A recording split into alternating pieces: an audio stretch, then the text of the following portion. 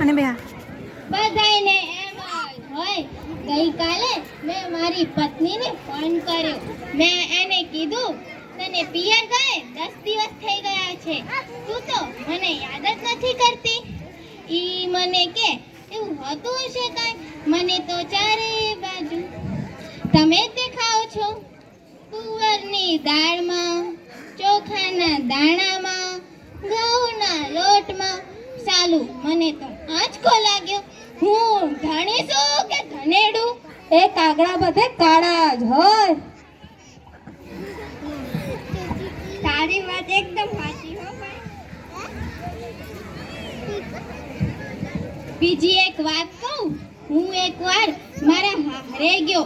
સાસુમાએ મને 8 દિવસ પાલકની ભાજી ખવડાવી ને 9મા દિવસે પૂછ્યું, એ જમાઈના હું બનાવું?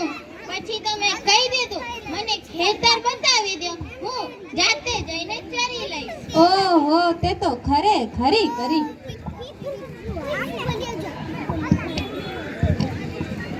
અરે હું હમણાં મારી પત્ની સાથે શાક માર્કેટમાં ગયો. તે ઈ મને કે 2 કિલો વટાણા લઈ લઉં? મેં કીધું લઈ લે, એમાં મને શું પૂછવાનું હોય? તો ઈ મને કે પૂછવું તો પડે ને, આ વટાણા ફોલવાના તો તમારે જ છે ને. લો કરો વાત. અરે આ બાઈ ક્યાં માંડો છો? આજકાલની પ્રજાઓને તો જુઓ. મારી ટિંડોળના હાથમાં મોબાઈલ આવ્યો એટલે બસ પતી ગયું, સમજી લો.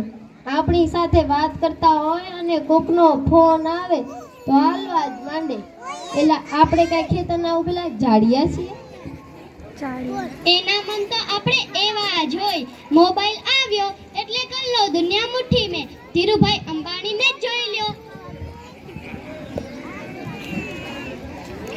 એ જીઓ આવ્યો એટલે છોકરા આપણો જીવ લગાયા.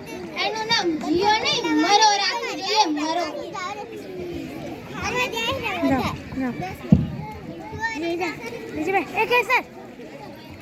મોબાઈલ આવ્યો એટલે કેમેરો ગયો. મોબાઈલ આવ્યો એટલે ઘડિયાળ લઈ ગઈ.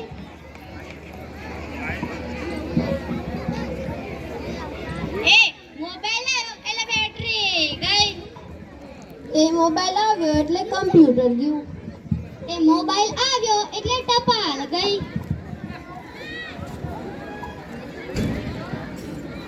એ મોબાઈલ આવ્યો એટલે નિરાત ગઈ. એમાં જો આપણો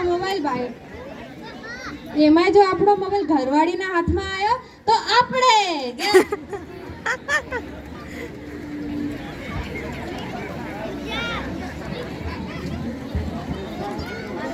અરે આ જીઓ ઉપરથી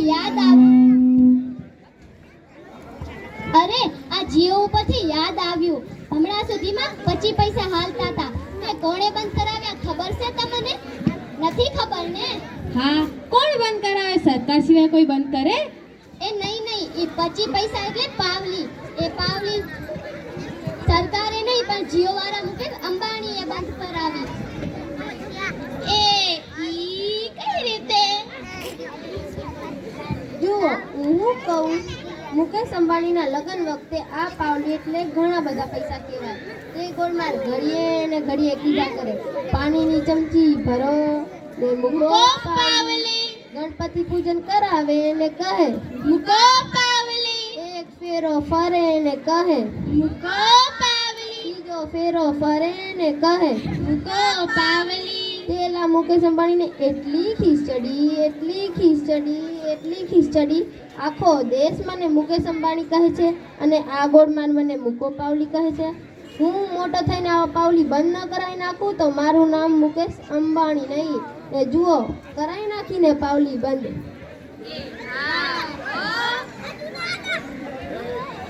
એટલે મોબાઈલ આવ્યો એટલે છોકરા કાંઈ બિગડ્યા છે ને કાંઈ બિગડ્યા છે. જાણે મોબાઈલ છે એની માં ને બાપ હોય.